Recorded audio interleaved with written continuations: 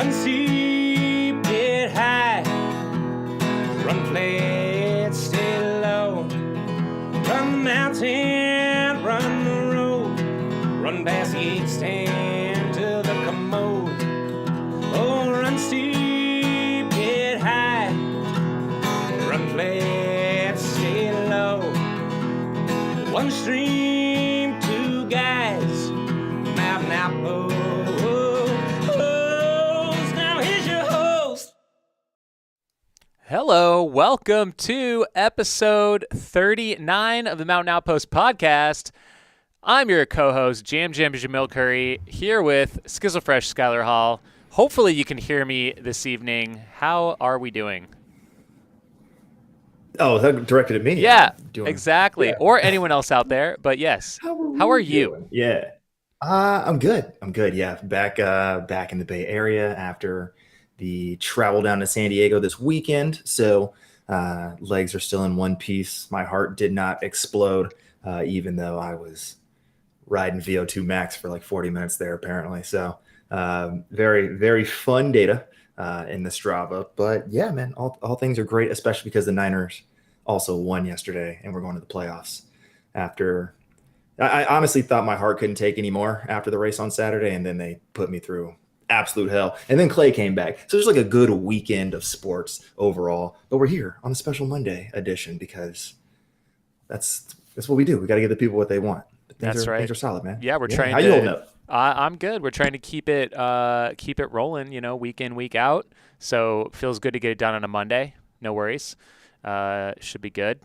Yeah, but I'm good. I had one of my, I guess, my first vert heavy training runs yesterday, long run, just right from my house in the Phoenix Mountains, and was joined by none other than Courtney DeWalter, and Kevin and Paul, who was in town. So it was a good time out there. So we were running up like the backside of Dixie Peak, and that was pretty tough.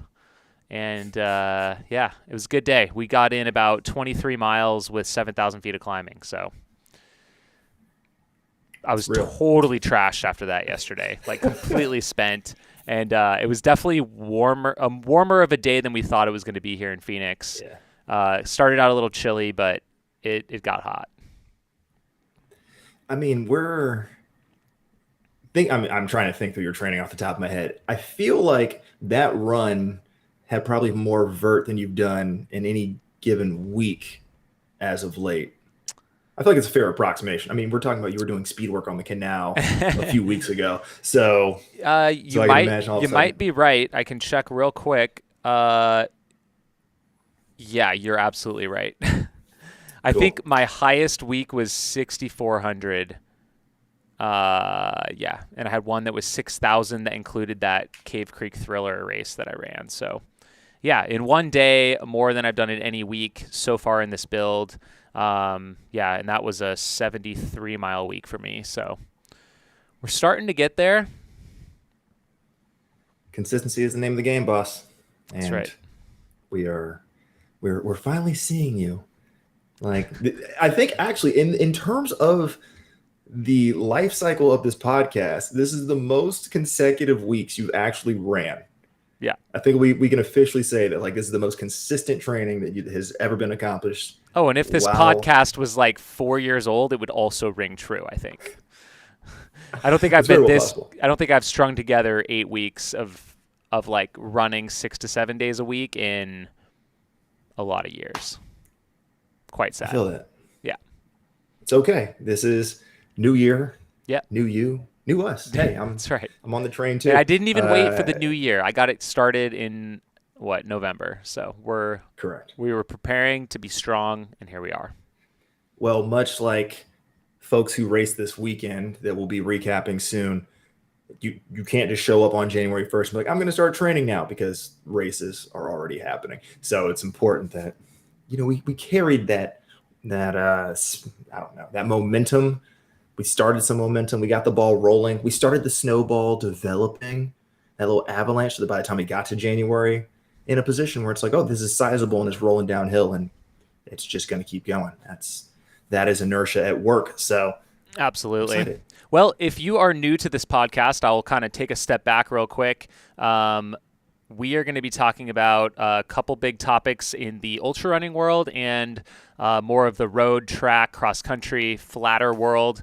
Not to say ultra running can also be flat, because it can, and oftentimes it is great when it is.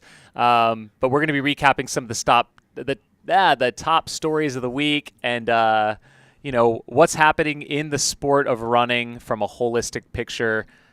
Here we are, January 10th of 2022. So we're definitely going to touch on the first golden ticket race of 2022 that is building towards the Western States 100 that happened this last weekend in Texas. We're going to be talking about the FKT, or fastest known time of the year, top 10 for men and women. And we're going to talk about the NCAA, or no, this is just the cross. You got to tell me what it was. The cross country nationals. I can't keep USATF. up. Thank you. Cross country nationals, U20 Open and Masters, and then we will take a look forward because students are back in class, which means indoor track is hitting full swing, and we also have a pretty major road event this weekend down in Houston between the Chevron Aramco half marathon and full marathon, typically some of the fastest racing we see here on U.S. soil. So things are going. It's full tilt here in January, and we're here to cover it all, give our thoughts, feelings, emotions, pontificate, relate. Yep, exactly. Whatever. So if you guys have questions for us relating to any of those topics or anything you want to know, period, drop them in the comments. We're live on YouTube. Of course, you can catch this on the Steep Life Media podcast channels, wherever you like to listen. So where should we start? Should we start with the golden ticket race that went down this weekend? Well, before we even get there, I think we have to talk about sort of the big thing that I literally had folks who don't even run messaging me about, which was the further lowering of the 100-mile world record and the 12-hour world record. Yeah. You actually already did a podcast on the Air Viper Running YouTube page and also in the Steep Life Media Podcast Network with your brother and the American record holder at 24 hours. But dude, that record was untouchable. And then all of a sudden he breaks it. And then he's like, you know what? Hold my beer. I'm going to take another 20 something minutes off of it in just like 6 months time. What the hell is happening in Europe? Please explain. Help me understand what is happening in this flat time distance. Yeah, if you want the full breakdown, Nick is a lot more knowledgeable than I am, but we were talking about a little bit of who Alexander Sorokin is. He is from Lithuania, but at the Spartanian race in Israel, which is used as a qualifier for the Spartathlon, he went out there to set out to break his 12-hour world record. He, of course, shocked the world last August when he broke Yannis Koros's unbreakable 24-hour world best with 192 or 193 miles. So he pushed that about 5 miles further than Yannis. But he also had earlier come onto the radar by setting the 100-mile world record. He broke Zach Bitter's best by 5 minutes. So he ran an 11:14 last year and apparently wasn't done because he came out here and, I mean, he was really going after this 12-hour, but en route broke the 100-mile again by a massive margin. I don't even think they had an official split at the 100-mile mark, but like the next loop around, which was long, it was like maybe 5 more minutes past the 100-mile mark. He ran 10 hours, 51 minutes, so it's under that time, possibly as low as 10:46. 400 miles. And of course, Nick thinks it could go quite a bit lower. That's his pontification about that.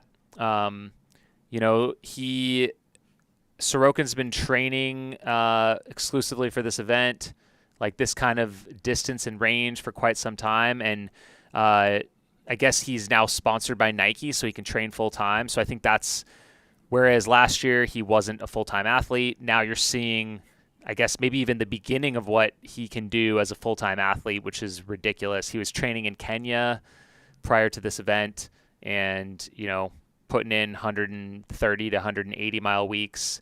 He's doing weight training, all kinds of stuff. So, yeah.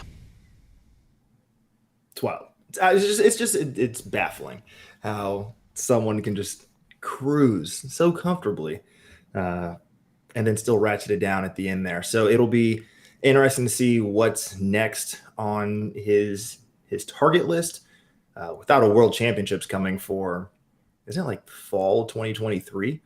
He's got some time to either really hone in and prepare. That'd be a massive training block, I guess. Or he might take out some stuff between now and then. Who knows? 48-hour just for fun, because his tempo pace at this point would probably break the record. It'll be interesting to see what comes down the pipeline. And yeah, Nick did a great job with a ton of insight and thought, and just the data nerd that he is, really came to the fore. So if you're looking for a deep dive on someone from some people in the know, I definitely recommend checking out Jamil and Nick's conversation about that.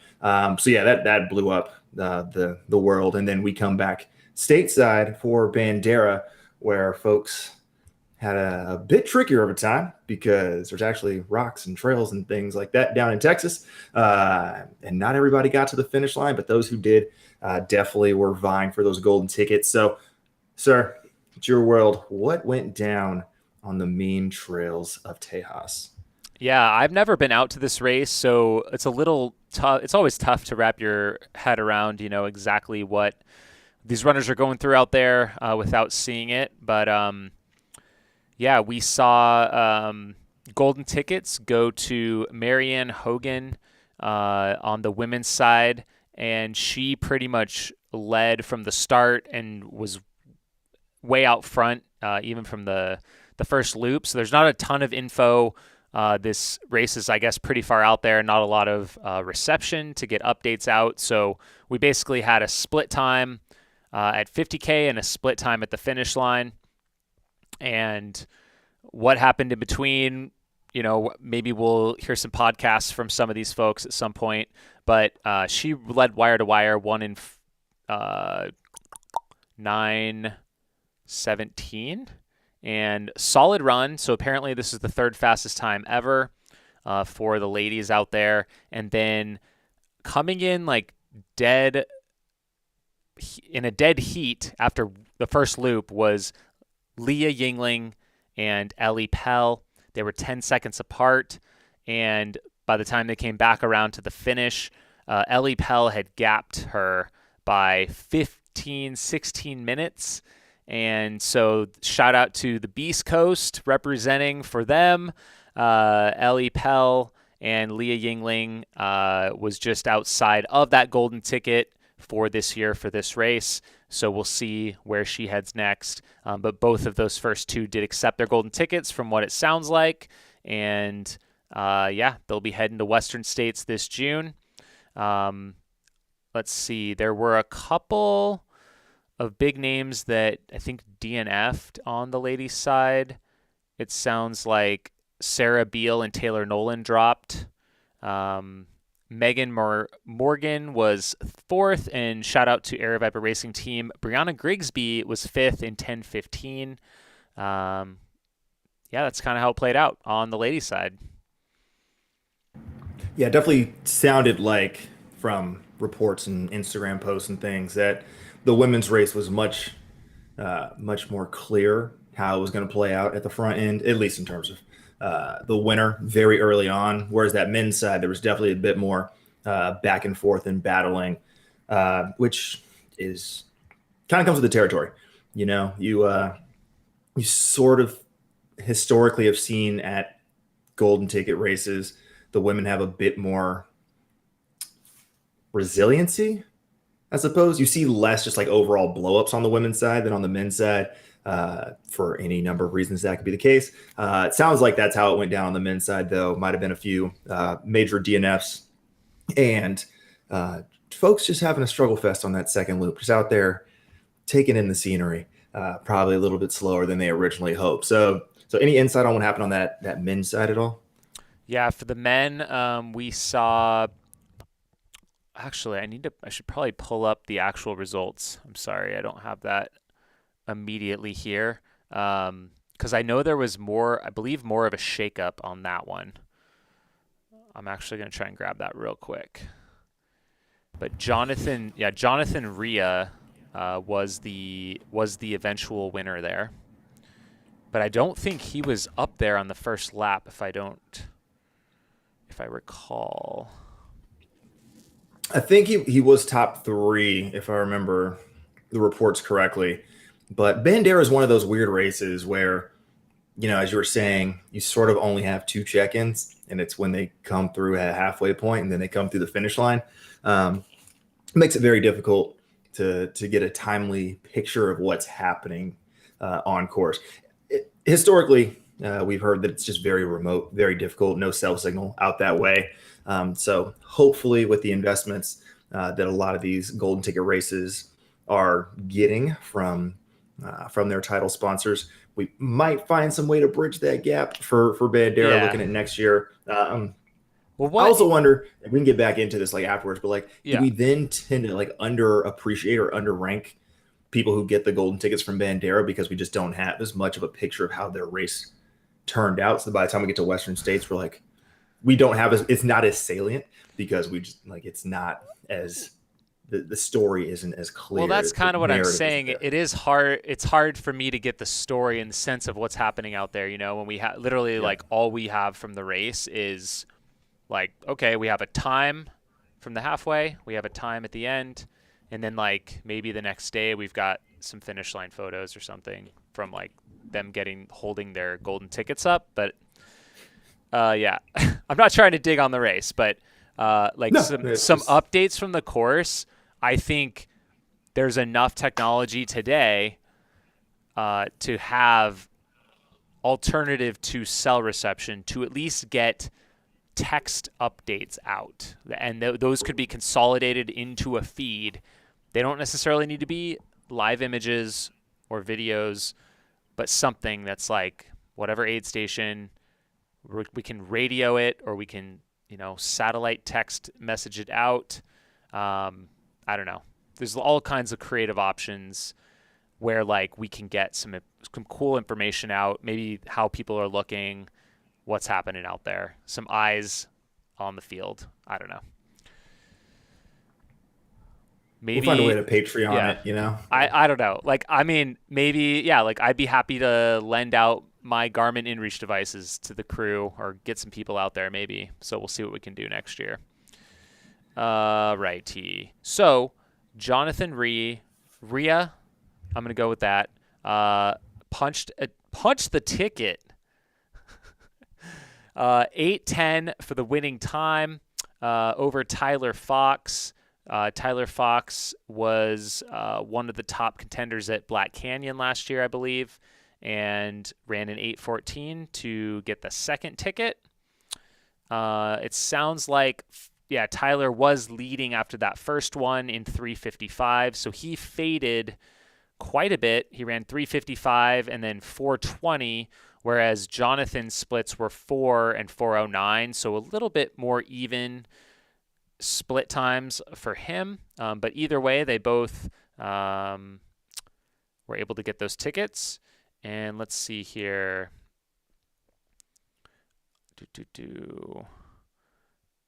Joe McConaughey, who was close to that ticket at Javelina 100, he ran 4th place there, was ended up in 3rd place here and missed out on the ticket by just 3 minutes. And I was starting to speculate a little bit on whether we would see him line up at Black Canyon. And canyons, you start to see this sometimes. People, they try and try again until they get that golden ticket. But he did message me and said his pursuit of the ticket is over for this year. So we might be seeing him possibly at Cocodona. All rumors at this point. But I think that would be super exciting to see what he could do there. Of course, he did set the Arizona Trail FKT last year. If you haven't seen some of those videos, super good stuff. And we had Rod Farvard and Jimmy Elam in 4th and 5th places. And shout out to Adam Mary, who was 2nd after the first lap. I know he's always lining up at the Golden Ticket races pretty much every year. I don't think has connected quite yet, but he ended up not finishing this one this time, but I'm sure we'll see him again soon, maybe as early as Black Canyon. So that's kind of the men's race. And both those guys did accept their tickets, both Jonathan and Tyler. So I was looking up Jonathan's results on Ultra Signup just because I hadn't really heard his name much before. And he's been at it for maybe six years now, 7 years, something like that. And just he started when he was super young, like 23 years old. He's just been seemingly working his way up. So he's run a lot of the same races year after year. First, he might run like 20th place, and then now he's winning races. It's pretty cool to see that progression, just like continual improvement, and now winning a Golden Ticket race, and he's going to line up at Western States. Pretty cool to see. I mean, that is the storybook sort of arc that we all want to see, right? Like folks just like find their way into running broadly, but especially trail running. You're just like, I just want to try my hand at this thing. And then you see this steady progression. It's the sort of like every man, every woman story that a lot of people can get behind. To be like, oh, like if you have the wherewithal to dedicate yourself to this specific pursuit, you can actually see meaningful progress and more in a way that's more than just your own personal like validation and intrinsic motivation. So that's awesome. And we'll see what happens at Western. It's a different beast than Bandera for sure. But it'll be, it's just going to be fun to see everybody back running on down to Auburn, hopefully with a more robust international field as well, which will be bolstered by some of these Golden Ticket races abroad. Yeah. So, let's just keep our fingers crossed for travel joys and filling out the field. A little insight from the Highland Running Club. So they say out at Bandera, no cell service within 50 miles of the course. But they did say getting around the course is fairly easy for the crew. So I'm kind of thinking, like, if I were to design it, I would say you get some of those Garmin InReach devices. You have them every, let's see, it's a 30K or a 50K loop. So maybe you get one every 5 miles along the loop. And then you just get you could send messages to like a central, some central place that is like incoming. They know where these are located at. They can give the bib numbers and the times as they come through. So anyways, that would be my recommendation. We got 363 days to figure it out. Call some people and make it happen. So that's right. Sweet. No, that'll be helpful if we can advance the plot on that. Get some community support to make it happen. Because this is going to be one of those races that people always key in on. Ultras, trail ultras sort of get quiet here stateside in November and December, and so it's the chance to really, come gangbusters after the holidays and bring about a new year. And as long as it continues to be a Golden Ticket race, Bandera is going to be one that people continue to flock to. So let's make moves happen. Don Toms also added, he's impressed with the times. It was misting all morning into the afternoon, and it made for some slippery downhills out there. Shoe technology, it's great when it works to your benefit, I suppose. Also mist in Texas. Isn't it just like always some sort of precipitation in the air? It's either like, listen, it's thick from humidity, or it's just like actual mist. That's just my take on every time I've had to go for a run in Texas in the last 5 years. It's been one of those two scenarios. So your results may vary. Yep. But good for them.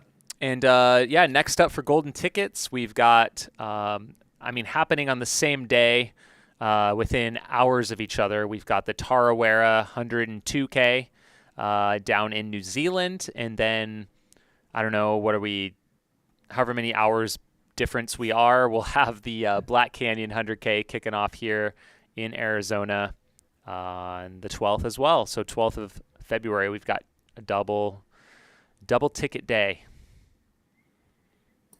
Yeah, I mean, what's got to be 19 hours beforehand, 20 hours, something like that. So Yeah. yeah, so functionally Friday for us here in America when Tarawera goes off. Yeah. Friday afternoon or something like that. Sweet. Yep. So it's gonna be a fun weekend. Get excited because Oh, yeah. we'll be like aggressively on Twitter and keeping track of what's happening in Oceania, and then glued to the live stream for Black Canyon. See if we can get some exciting finish results like we had last year. Some people getting kicked down across the rocks there, trying to hop through the cattle gate, things like that. If we do Never one forget. thing right, we will open up that cattle gate this year and it won't be on the live stream. Or maybe we do it on purpose. Who's to know? Who's to say? I mean, listen, everybody loves a good steeplechase, so let's just put one at the end of 100K instead of in the middle of a 3K. It's fine. Yeah. Why not? We're doing good things. Cool. Flat time, run flat. Let's do it. News. Yep. Cool. All right, so let's look at the weekend that was pretty quiet weekend overall. Really just two big races on the scene internationally. You had the Valencia 10K. We've talked about this on the pod before. If a race is happening in Valencia, it's inherently going to be fast. There's something in the air, in the water. Everything there is technically a net downhill. I don't know how this continues to happen, but alas, here we are. And so we have Nora Geruto won on the women's side, and then Daniel Ebenio won on the men's side. It was something absurd. On the men's side, we had like over a dozen people broke like 28 minutes on a road race. So people are just like gassing it the entire way. The winner was sub 27. So, blame it on the shoes, blame it on whatever you want. But every month we have a 10K or 5K performance that just makes you turn your head. And this was no different. So we'll be back at it this week looking for fast times, except they will be here stateside.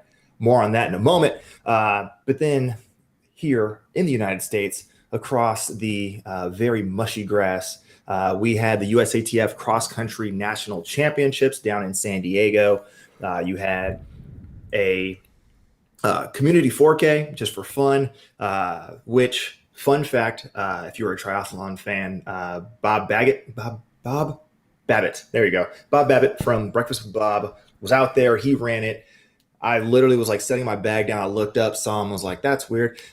So cool times for that. Had a U20 competition where you had a bunch of high school and like freshman and college kids running around and putting down some times that were quite impressive. On the master side, you just had a bunch of 40-year-olds stunting on folks all the way up into their late 80s. There was actually an entire team of 80-plus men who actually scored and won a team title. So nothing's more inspirational than seeing a bunch of 80-something-year-olds getting it across the grass. And then you had the pro race. Well, I guess it's technically the open race because I was also in there, and I'm sure as hell not a pro. So both the men and the women covered 10K. The women went first. Pretty much it was billed as a Wayne Kaladi versus Alicia Monson battle, as both ladies have been tearing it up over the past year or so. And obviously Wayne won damn near everything that she entered in the fall and winter campaign until this weekend, because Alicia Monson broke away about a little after halfway in the race. Ritz was running around. He said, go. She went. Nobody could cover the move, and she won handedly on the women's side, finishing in just over 34 minutes for the 10K course, which was actually closer to like 6.6 miles than it was 6.2. That's important for me because of, my personal time goals. But then Wayne Kaladi held on for second place, 17 seconds back. And then Emily Enfeld, recently departing Bowerman Track Club, still in the Nike kit, was out there in third. Emily Durgan from Adidas was fourth. And then Stephanie Bruce, who just days before had announced that this will be her final season as a pro, this whole 2022 campaign. She comes through with a fifth place and a straight up kick battle with Emily Durgan. It was impressive to watch, because they are very different running styles, come from different backgrounds in terms of their running expertise. And also Stephanie Bruce is like 10 years older than Emily Durgan, and you see them just like hammering down the final 100-meter stretch. So shout out to them. And then Molly Seidel was another name that folks were watching. She came through in 8th place, just under 36 minutes for the course, and getting into the swing of things. So a lot of these folks are going to be turning their attention to either trying to make indoor champs, trying to put down a fast marathon here in the spring, and then ultimately turning their attention to Eugene for World Championships in July. And then on the men's side, here I was thinking I might at least be like the top trail runner in the race. And then I lined up next to Andy Wacker and was like, well, that dream is shot. So that was a good time. It's also hilarious to watch somebody in S Labs on a cross country course. But hey, Andy Wacker, shout out, do your damn thing. But the gun went off, and no surprise, a lot of the guys from the U.S. Army project took it out fast and held it up pretty much the entire race. Ultimately, Shadrick Kipchirchir won on the men's side in 30 minutes and 32 seconds. Very, very tight race coming down the stretch. It was actually a group of 5 were together with less than a K to go. And if you watch the live stream, it's great because I got to watch how all that unfolded in real time, because that was the exact moment that they lapped me. And I'm just like, I literally felt the gust of wind go as the 5 of them passed. And I was just like, okay, do I like drop down to mile pace and try to draft here? It was the funniest thing. But I got to watch it up close, and that was oddly rewarding, and watching it back on TV.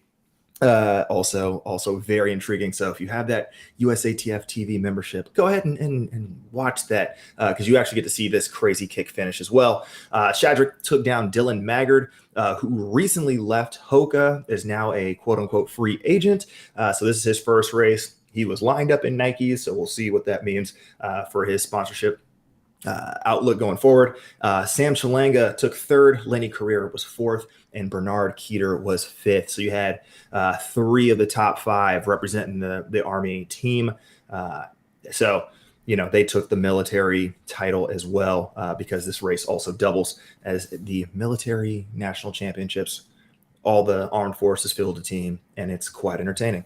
Also of note, got to shout out Ben Blankenship showing up sort of last minute and deciding to hop in, and he was a 7th place finisher in 31:37. So just a good time all around. Great support from the community, great support from the media crew, even on the Gator. They just rolling by, and like, even if you're getting lapped, they're just like, good job, keep going. So warmed my heart, because I was like, man, this Gator is sitting in front of me for a really long time. And these guys are not passing me. And I'm like, yeah, cool. This is great. But they were supportive. So shout out to them. Shout out to the organizers. If you could figure out a way to cut off that extra quarter mile we had to run, probably would thank you for that. But other than that, it was a good time. And so prize money and points to the top 10 individuals there. And they'll continue on for the rest of the USATF running circuit, most of which is on the roads, until eventually we find ourselves back in cross country in December in San Francisco for club championships. Boom, that happened. Cool. This weekend's going to be fun, though. Houston half, Houston full marathon. Let's jump into it real quick. I'll give you the quick and dirty preview, and then we'll talk about FKTs of the year. So if you're looking for something fun to check out, you know what? This is going to be the event for you. The fastest women's half marathon ever run on U.S. soil was at Houston. And basically, this is the first real race that folks can use as their Olympic trials qualifier for the marathon, because that window opened on January 1st for the 2024 cycle. So expect a lot of people to come tear it up this weekend. And again, you can use either the half marathon or the full marathon as qualifiers, so long as you hit the time standard. So on the marathon side, for men, some folks to watch out for just overall. You got Gezahane from Ethiopia, Langat from Kenya, and Kenta Uchida from Japan, all come in with the fastest PRs. But who I'm super excited to see how they throw down is going to be Augustus Mayo. He is a 2:10 marathoner here in the United States. And also Frank Lara, who we've talked about a lot recently, the ultra-sponsored athlete running out of the Roots Running Project in Boulder. He's making his marathon debut just a few months after targeting the half marathon American record and missing it by a few minutes there. So that men's marathon going to be quite entertaining for everyone. On the women's side, you've got Kira D'Amato is going to be one to watch. All of the top women entered have basically 2:22, 2:23 type times. So Kira's going to be right up there with Besa and Degefa from both of them from Ethiopia. So look out for that. And then Alice Wright, the former New Mexico athlete representing Great Britain, is going to be making her debut as well. And then on the half marathon side, it's just bananas. You have John Ranieri, Harvey Nelson, Matt Lano, Colin McCow, Reed Buchanan, Rory Linkletter, Reed Fisher, Sydney Gidabadai, Scott Fauble, Ben Flanagan, B.S. Mbassa, John Dressel. You have so many people. It's going to be like 25 deep coming through 10K in like 27, 28, 29 minutes, and then just like watching shenanigans happen from there. So it's going to be super entertaining. And the women's side is pretty much just as deep, including Emily Durgan, who just took third at USATF Cross. You've got Sarah Bagano, Sarah Hall's in the mix, Dom Scott, Paige Stoner, Maya Wagle, Fiona O'Keefe. It's going to be just nuts. So if you're looking for fast road stuff, check out what's going down in Houston this weekend. And it's just going to be a grand old time on Saturday. So Sunday, yes, the 16th. It'll be Sunday. So yeah, after you get your fix of your long run for the weekend, sit down and watch some people just go absolutely ham on the roads. Cool. That's it. That's Run Flat News in a nutshell. Questions, comments, concerns, thoughts, needs, or emotions, put them in the chat. Otherwise, buddy, we got to talk about FKTs of the year. Will they be streaming the Houston Marathon? I don't like file. Let's see. Let's go to the page. Normally, this is one of those situations where they like have it on like local news, kind of like how a Boston or a New York does it.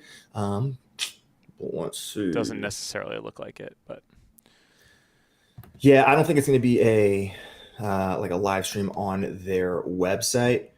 But if I find the specifics or what local TV station will have it, I'll be sure to drop it in the Discord, and so folks can follow along Sunday morning. All right. Anthony Firmness in the chat is asking, what was your time? Good question. So official finishing time. What is the official finishing time? I broke 40. There came a point, like I'm doing just math in my head. Like, okay, I was on pace through the first lap. Then the second lap, I was like, man, this hurts. And then I was like, oh, this is just real bad now. It got real dark there for a while. And so the goals going in were PR and don't get lapped. Definitely got lapped. I was about a little over 7K. They were just over 9K when that happened. But hey, I can't control that. I can only control my race. And then it was trying to PR. And then when the course is, 0.38 long, you basically have to go back and look. So officially, I crossed the line in 39:48 for the 6.57 miles. And then if you like go through Strava and look, I came through 10K in about like 37:35 to 37:40, depending on where you mark it, which would have been right on PR pace or just under. So, hey, all things considered for a course that had all sorts of stupidity. As cross country is supposed to, but the descriptions and the media reports of it being spongy are very true. You had a couple sidewalk crossings, which is fun, in spikes. I haven't had to do that in 12 years or something, which was fun. And then there was just like sand. Like there was literally a section where we're just like running through sand, like for no reason. I was like, why is this here? I mean, I get it. We're like next to a beach, but like the beach was down there. I just didn't understand how all this sand was in this one section. But yeah, no, it was fine. It was a good time. My legs were actually fine, like all things considered. It was definitely aerobically just red line for so long. Like my average heart rate was 182 for 40 minutes. Like it was absurd. So yeah, it was fine. Whatever. We got the job done. I'm happy with how it went down. It was great to just get out there, try to stay engaged, just try to stay mentally engaged for that long. It's a different pain than like trail running. You can like be out there and like you got to be somewhat honed in. Like obviously, don't want to be like tripping on rocks and stuff, but like you can kind of space out and enjoy the scenery. And like the most I got to do that was I was like coming back through like the start finish area, and I looked like just like peripherally to my right, and it's like Alicia Monson, Wayne Kaladi, Molly Seidel, Emily Durgan, like on a cool down jog, just like running past me. I'm like, oh, that's nice. Like that was the most I got to check out, was just to be like, look at these pros from different teams, like having a good time. Now get back in, because I see the same guy I've been seeing for the last 30 minutes, and he's not getting any closer, but he's also not getting further away. Yeah, dude, it was fun. And shout out to Kyle, friend of the pod, fan of the pod, came out because he had heard us talking about it last week, and he was showing support, and we hung out for a little bit. So shout out. Thanks for coming through. Nice. And being a real one. Mallory Showalter in the chat appreciates that the men's and women's race distances were the same. Now we just need to see it in the NCAA cross country world. Yeah, well, I'm sure that conversation's not going to go away. The question will always be, if they were to have the same distance, because currently women run 6K, the men run 10K, at least for the national championship. You know, do they meet in the middle at 8K? Does everybody go to 10K? Everybody runs 10K on the track, so is that where you go? It's going to be nuanced, and until a change is made, will always be a topic of conversation. But it was nice to see, just like heads up, the women running that full distance, because they were badasses about it. All right. Well, let's shift the conversation towards the FKT of the year. But before we do that, Ultra Running Magazine, I just saw they dropped today the number 10 Ultra Runners of the Year. So I do want to give them a shout out. If you go see on their Instagram page, Jeff Browning was named the number 10 Ultra Runner of the Year for North America. And for the ladies, it's Addie Bracey. And I guess stay tuned tomorrow for number 9. I'm kind of assuming they'll go over the next 10 days or so to kind of release these until we find out who our Ultra Runners of the Year are. So that will be something exciting to follow.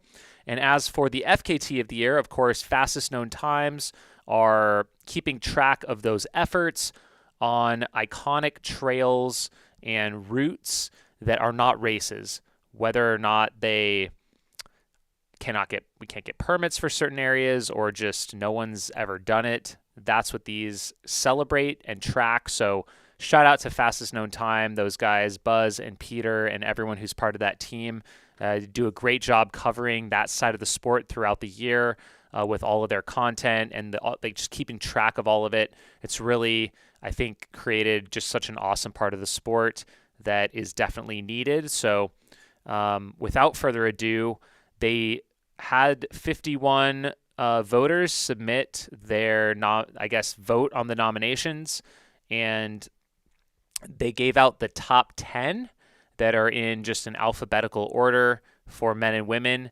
They'll release some podcasts, it sounds like, with the top 5 men and the top 5 women over the course of the next couple of weeks. So through the end of January, we'll find out by number what those were. But here we go. So we'll kind of go through this list in the same order they have it listed, and we'll maybe touch base on some of the highlights. So The first one was Addie Bracey and Corey Connor. This is a Grand Canyon rim to rim to rim.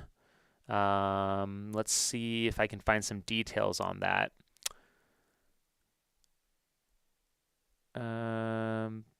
Let's see.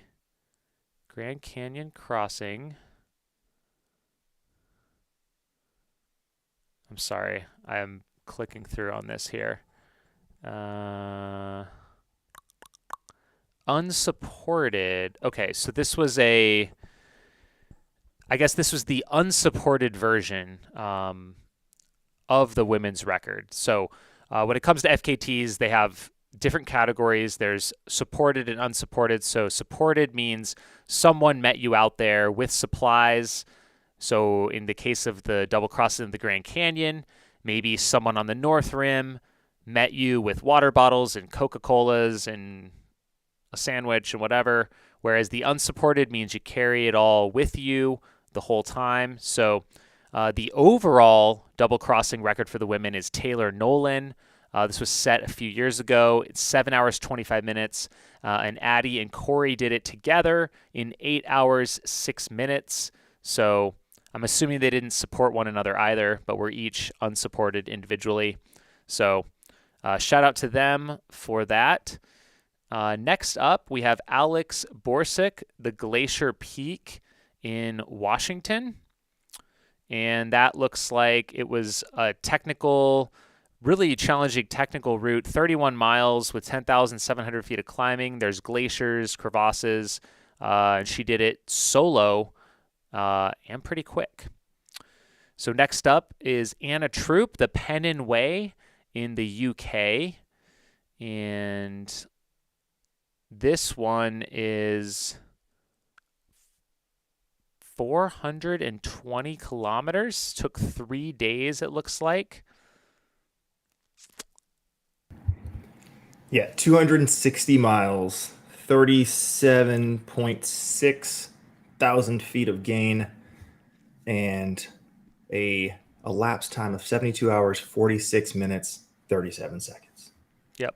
I think one of the highlights they noted this year is that the FKTs have truly gone international. So what you're going to see in this list is, whereas maybe in years past it's mostly been maybe a North American or a USA thing, we've got records here from New Zealand and Australia, the Canary Islands and Spain. So yeah, next up, Erica Laurie in Australia, the Bibbulmun track.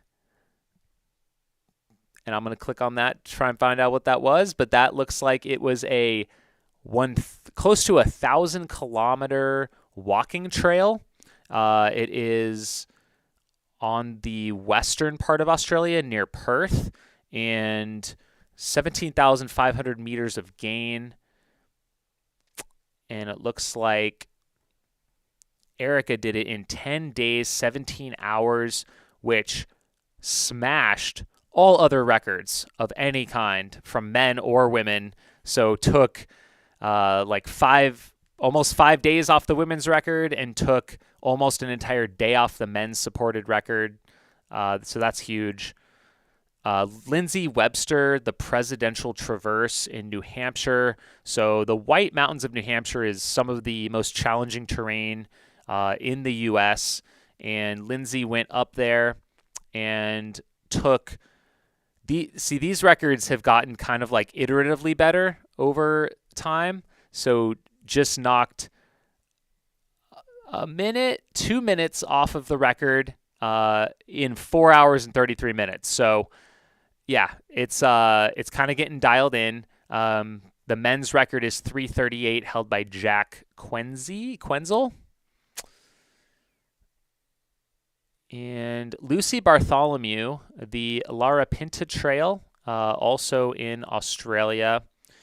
And there was a film made about this, I'm fairly certain. And she did this in 2 days, 6 hours, which did best the previous, the previous record was 2 days, 12 hours. The men's record is 1 day, 16 hours, but this is 223 kilometers, it looks like, point-to-point trail. And that's that one. Let's back it up here. Michaela Osler, who set the Colorado Trail record, I believe 2 years ago, just set the long trail record in Vermont. And Nika Myers broke the Colorado Trail record. And it sounds like Nika had the long trail FKT. So they flip-flopped each other's records, Michaela and Nika, which I think is pretty cool. Those are both, I would say, comparable records to shoot for. The long trail is, I think, 273 miles. The Colorado Trail is about 500 miles. So it's kind of that, it's not quite as long as, say, the Arizona Trail, and certainly not the PCT or the AT, but ones that you can get done in, less than a week's time, and super iconic, of course. And then, let's see, the Ruta 040 in the Canary Islands by Ragna de Botts. I'm going to have to click on this one because I don't know anything about it.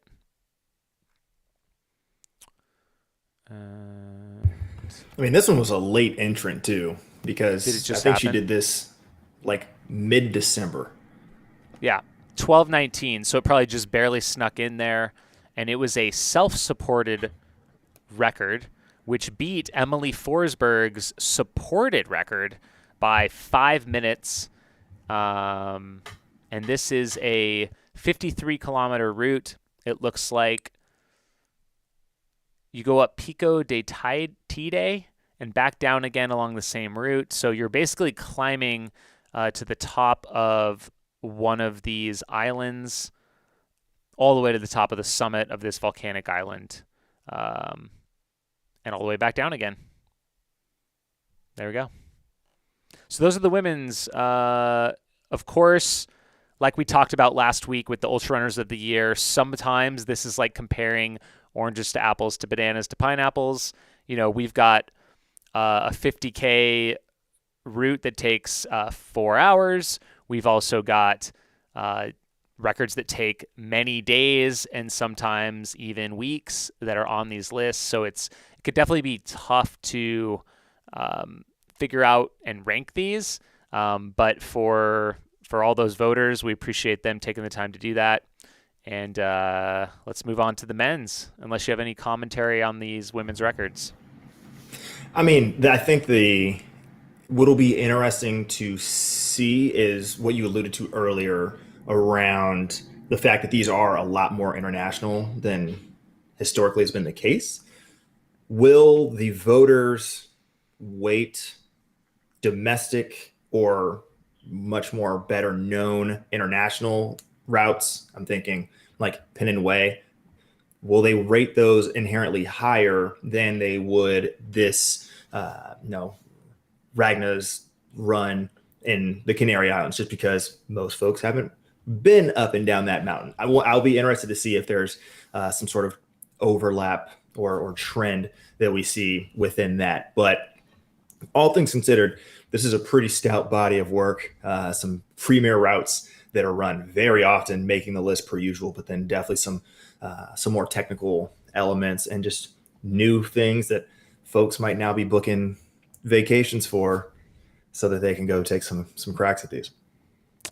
Yep, definitely. All right, let's move on to the men. So it was a big year for the long trail. The long trail is, I would say, definitely one of the top FKTs in the country. And like we were saying before, it's 273 miles with 66,000 feet of climbing and some of the toughest terrain, I would say, in the U.S., especially that northern part of the trail. And it's interesting, I didn't know this, but this is something to note.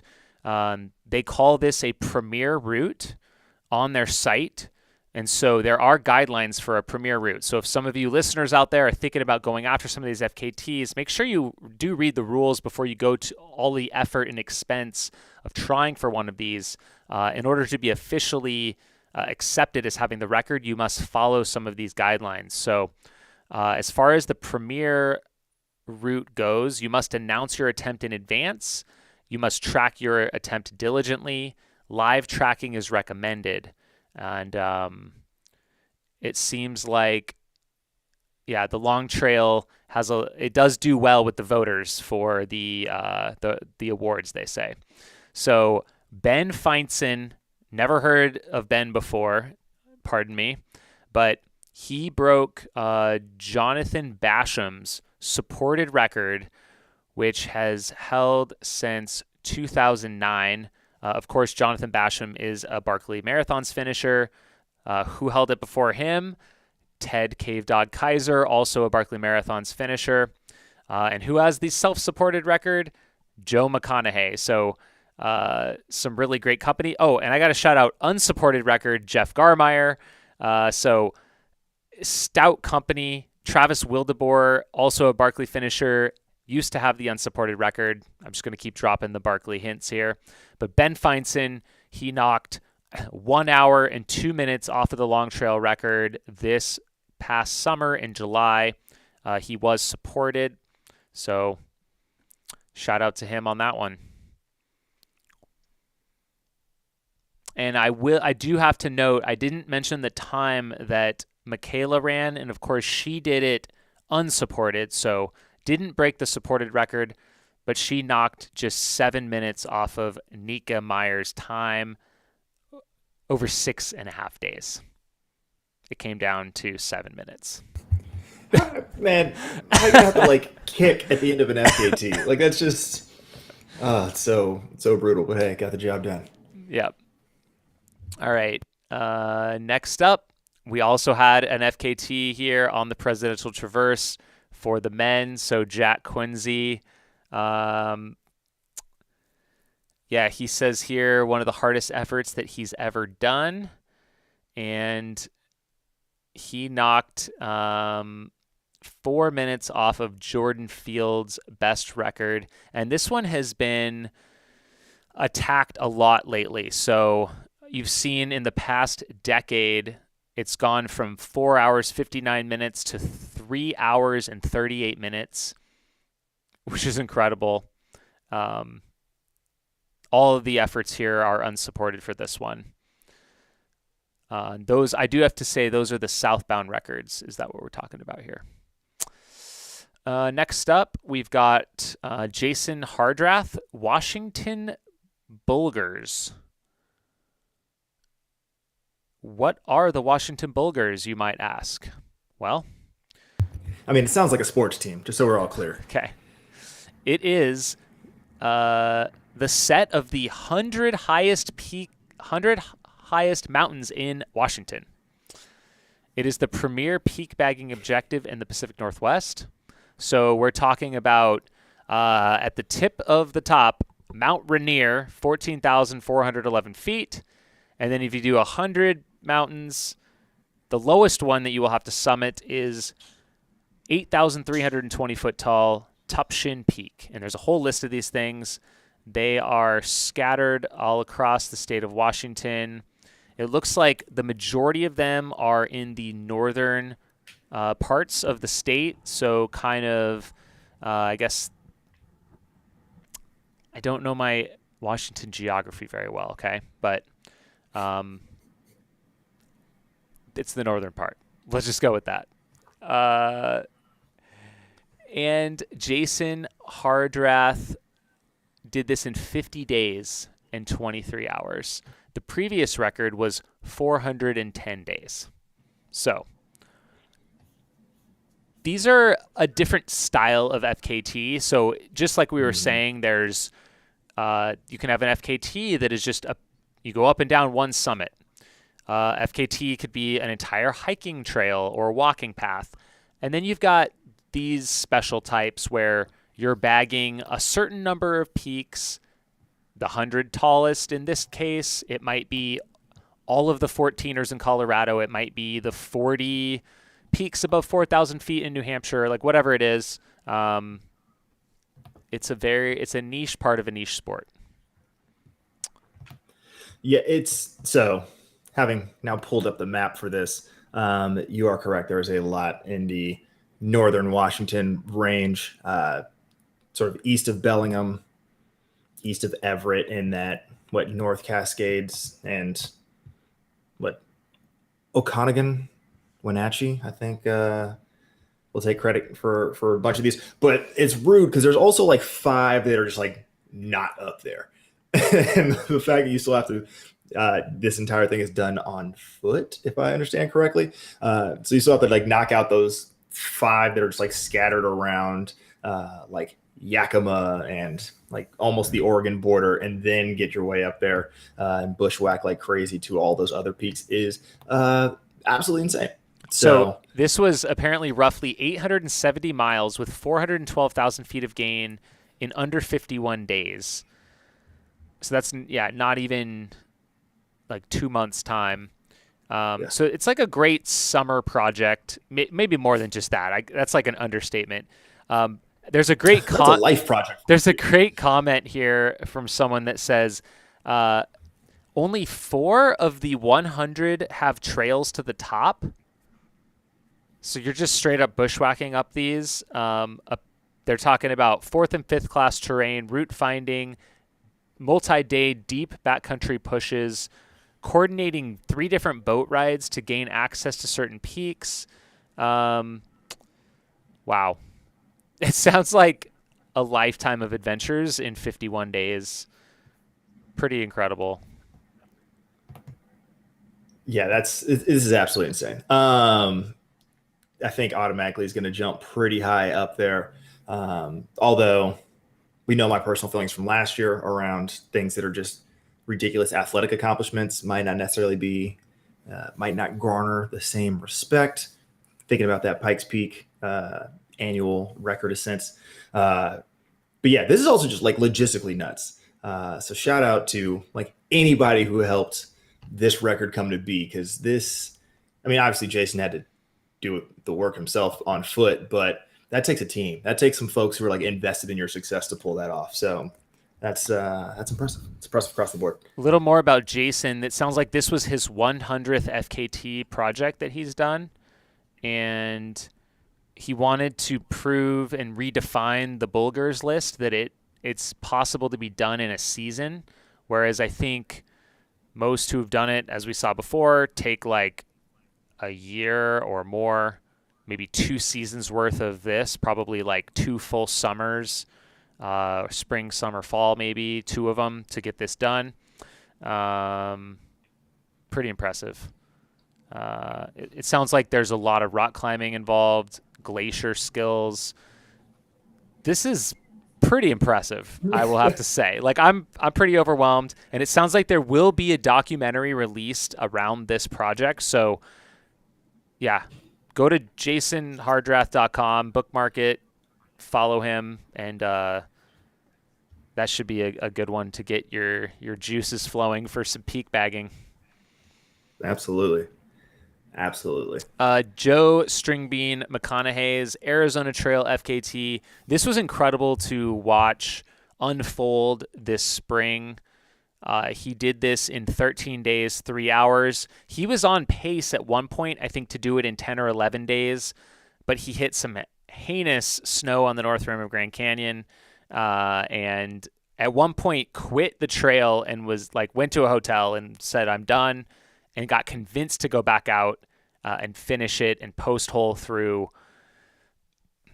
unknown miles of deep snow on the north rim up towards the Utah border there. So there are some great videos on, what is the YouTube channel?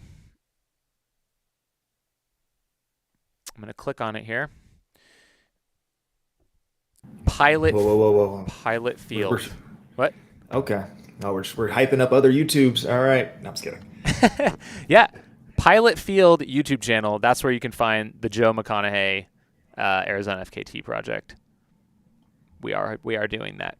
All right. Pen and Way again. This one, John Kelly. He did it in 2 days, 10 hours, 4 minutes, taking over 3 hours off of the previous best held by Damian Hall. He previously set this record last summer, so he's just getting it back. Is he still living out that way? Yes. Okay. Yeah, he's still up there. Okay, another ridiculous record over in Europe now from Carol Saab. Via Alpina. This is a trail, and I'm going to click on it to learn more. Oh my gosh, this is nuts. So it goes through all Alpine countries, and it's 2,496 kilometers long. So we're talking Slovenia, Italy, Austria, Germany, Liechtenstein, Switzerland, France, and Monaco. You're doing a huge horseshoe shape across the entire Alps. This has got to be probably like the coolest trail idea ever, and probably the most beautiful. Yeah, it's one of those moments where you realize how just absurd America is, that this trail is billed as the European counterpart for the AT or the PCT, and it goes through 8 countries. And we're like, it's going to go through like 3 states. It's just absurd. But yeah, 1,600 plus miles and over 100 miles of elevation change throughout the entire trail. It's no joke. It is absolutely no joke. And this is just another monster performance, supported as one would expect from a 30-day effort with that much sort of absurdity. But these photos and just scrubbing through the video, because apparently there's a documentary for this too, as there should be because of how beautiful this is, looks absolutely stunning. Is the documentary out? Yeah. Oh my gosh! So how did I miss this? I'm glad we're doing this because this is really opening up my eyes to what's going on out there. Yeah, so it's actually from On. Hey, don't shout out other YouTube channels, okay? I mean, they're a shoe brand. Okay. So holler at us. But yeah, no, they put together what looks like a 45-minute documentary on this. And so if you are stuck in those cold temperature or snowy environments and you're looking to, watch something on the treadmill, this might need to be up there on your list. You can catch the link. We'll drop a link to make it easier for you, or you can find it in the FKT report, or just search Solace from on YouTube. Awesome stuff. Wow. Next up, wow. I'm so glad that we're going through this because I'm learning so much. All this just without Outhouse news happening regularly, I feel like we're all missing out on this possibly. So the Colorado 14ers record went down apparently. Let's see, maybe.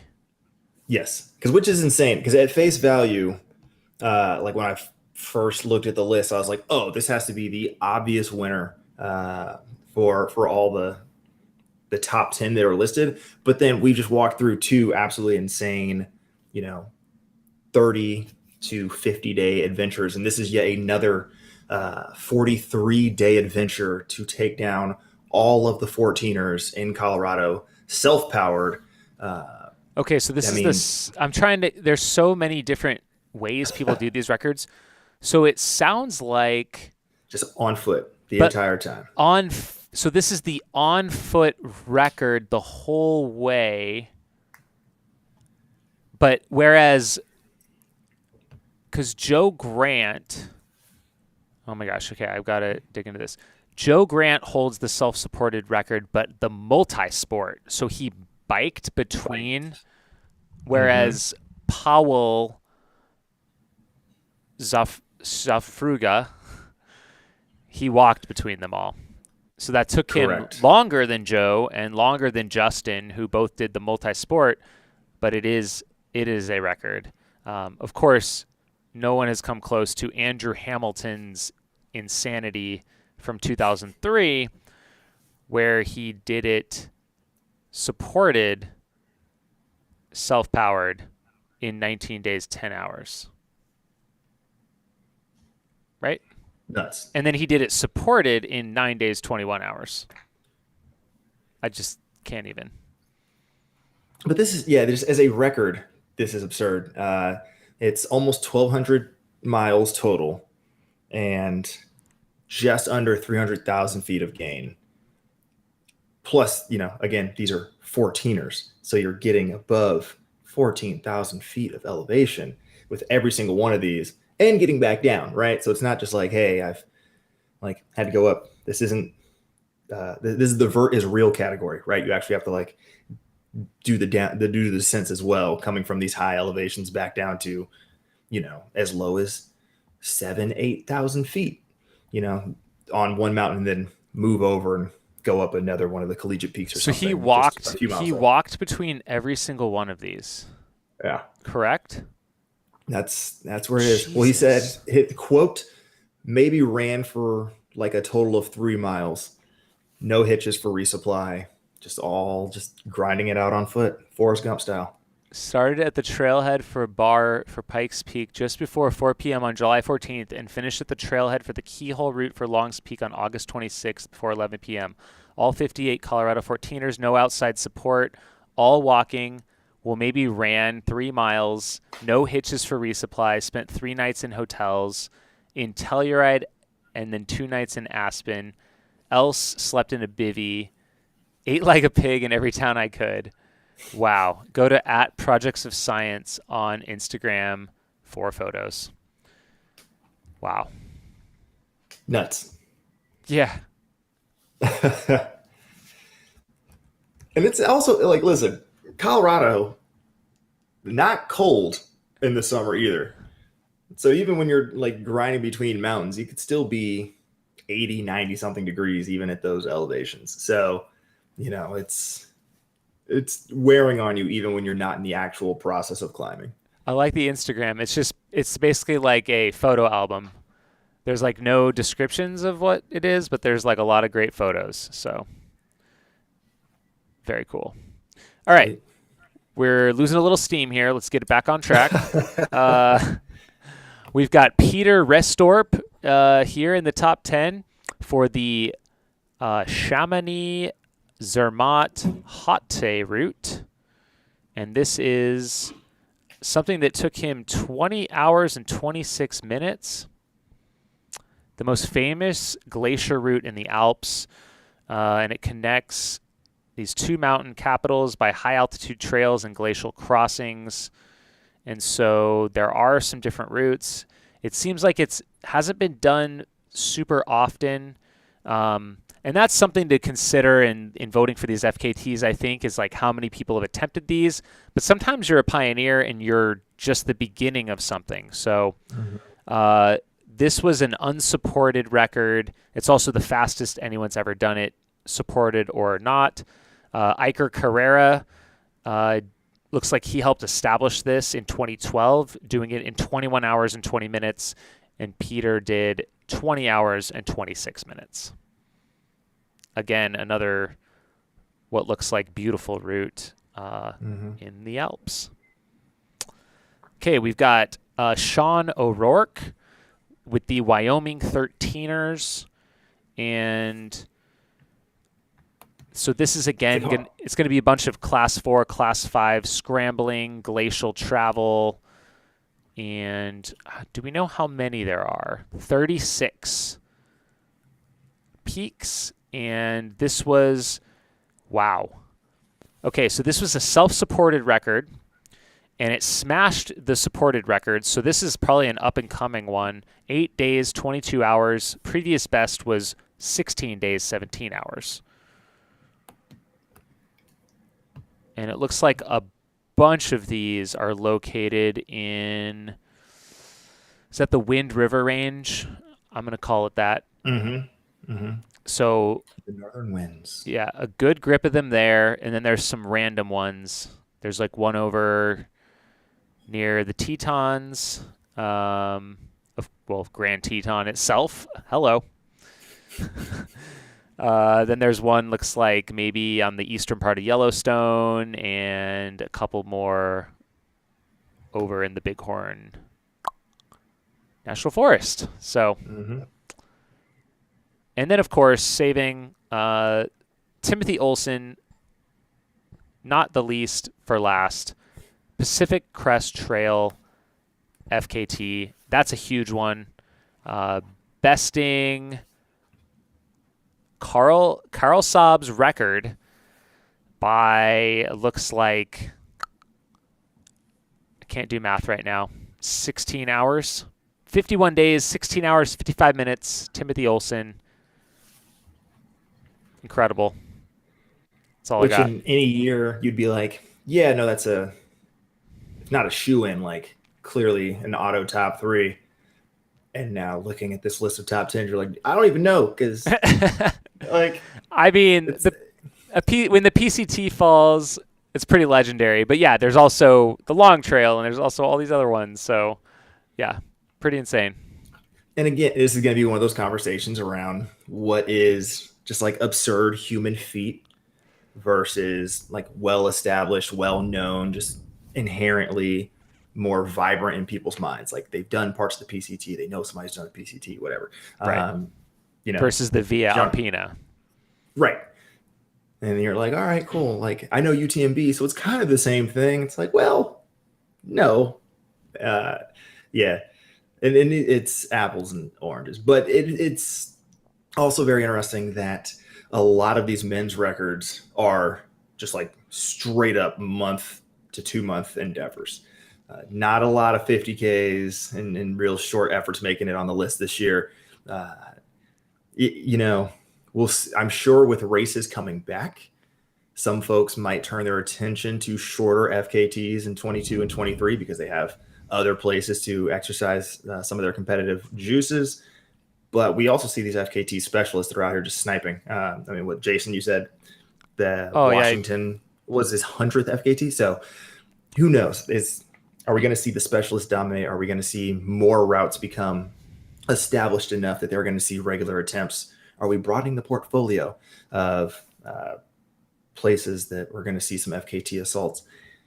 One can only hope. Let's diversify and maybe support a bunch of random small businesses along the routes when you eat like a pig and are walking between all of these mountain ranges, apparently. So I'm very intrigued about what the voters ultimately chose. Dude, they're so absurd. Like they're so absurd. Like on face value, like there are 3 of those I would be like, listen, there's no chance in hell I would even try to attempt it. And how do you choose one of those to be FKT? It's just like a bad beat for everyone else on the list where they're like, and I could normally have been an easy top 5, and now I might limp in at 9 or 10 and not even be memorable. And what was a very weird year. So time will tell.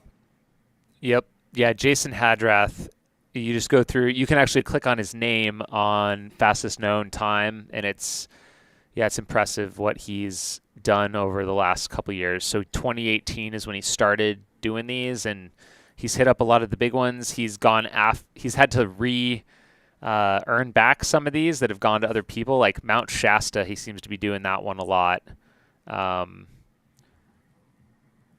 Anyways, we could probably talk about FKTs forever, so we might want to. Really good. Yeah. Well, we'll have to see. We'll have to see how the voters play it out and kind of circle back maybe at the end of the month, and we can see what got top honors. Yeah. And I think if there's a lesson here for the rest of us who aren't out there crushing all these FKTs, you better go find some Strava segments. I think that's going to be like the theme of 2022. Just like, let's go Strava segment hunting. Let's get weird and, just be a local legend. If you don't have the wheels for that sort of thing, just go crush that segment over and over and over. Don't be that person who makes like a generic 0.1 mile segment that's just near your house. No, make it a true, like good battle tested segment. I mean, hell, that's kind of what Chase the Throne is, I guess, to some degree. It's like, here's a segment, everybody go assault it at the same time. It's just a bracket style situation. But those are all still Strava segments. That's how they measure it. So that's it.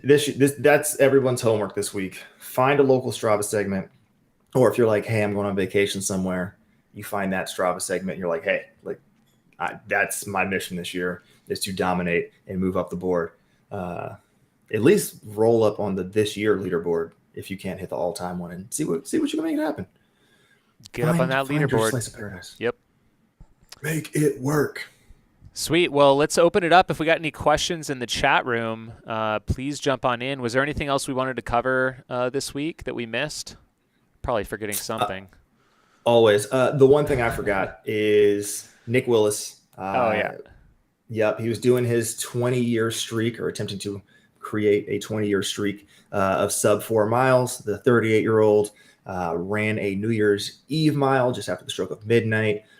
He ran 4 flat 0.22 in a crowdless armory. Originally, it was going to be like this whole thing. There's going to be like, yeah, it's the armory. So it was just going to be packed with fans, but then Omicron was the thing. So they took all the fans away, but he still had Hobbs, Kessler, and Mason Furlick out there helping get the pace job done. Just missed it, but when it's your Rust Buster race with no fans, like if he'd have broke it there, then that would have actually been even more surprising. So looking forward to see what he does here in the next couple of months to gear up. But there was like a short documentary that Tracksmith put out, so you can watch that if you're looking for a little bit of motivation to get out the door.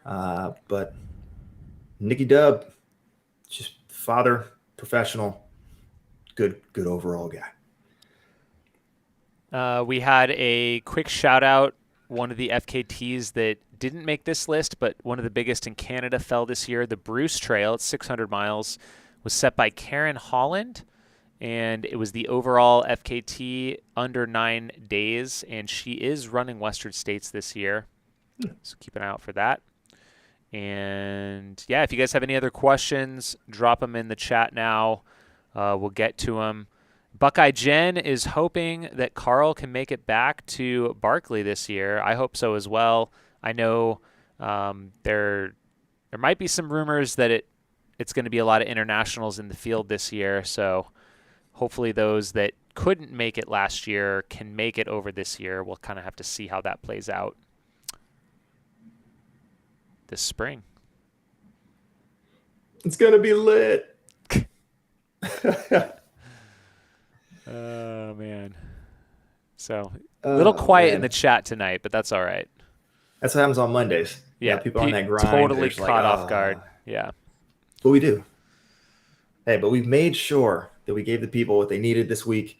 Obviously, it's going to be a busy weekend ahead. But this is where people start falling off those New Year's resolutions already, right? They're like, oh, I had my fitness goal, whatever. This is the week where things start to fall apart. So we did our due diligence to make sure that we got the pod out. We're back to consistency, baby. Love it. But also got to make sure that we're giving the people what they need in their ears so they can stay grinding, so that, we do better than the average folks who do New Year's resolutions. And if you don't do New Year's resolutions, I want those. Just stay grinding. All right, let's just get weird. All right, do some weird long runs this week. Get a workout in. Do some intensity. Oh, I want to smile. Whatever. I wanted to say this on the pod. We talked about this before the show started, but Alexi Pappas jumped into the Avalon 50K on Catalina Island and took the win in 4:21. Are we going to see her, you think, like make a real go at the ultra thing? Is this just a one-off thing? What are you feeling on this? You think she's going to, try and get a golden ticket, run Western States? Here's the thing. No. I don't think we're going to see golden ticket attempts yet. But there was this interesting streak from ultra sponsored athletes. Lexi being the latest, but you had Alyssa Montano doing the 26K down at Broken Arrow. Well, 11K. 11K over Broken Arrow. So like we're seeing it. I don't know if it's like in their contracts or what have you.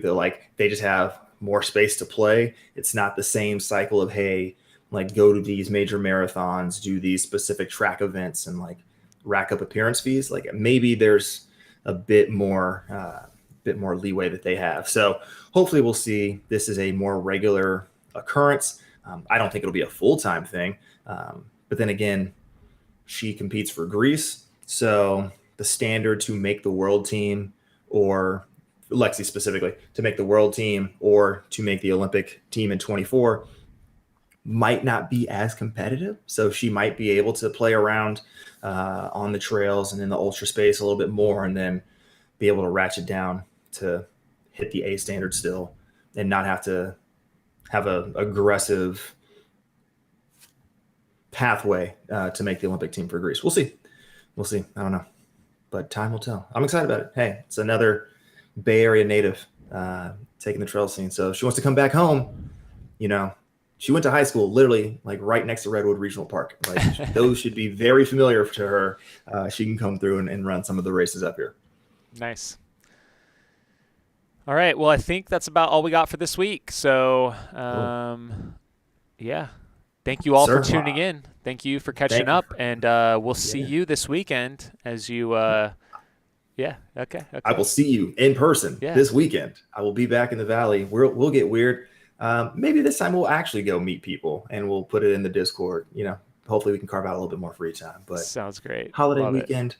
Our people will call your people. Thank you for tuning in. If you were in the live chat, thanks for joining us. If you want to be notified when the live chats happen, when this pops up on YouTube, make sure you like the Mountain Outpost channel, hit that subscribe button, hit the little bell next to it. You'll get the push notification, or continue to listen to us on the podcaster of choice on the Steep Life Media Enterprise. Check it out. We got good stuff from us. We got that conversation that Jamil had with Nick around the 24 or the 12-hour record. We're doing all types of cool stuff, and more things are coming down the pipeline. So get excited, baby. 2022, it's off to a raging start. Let's keep the momentum going. He's been Jam. I've been Skizzle Fresh. This has been a podcast, and we'll catch you guys later.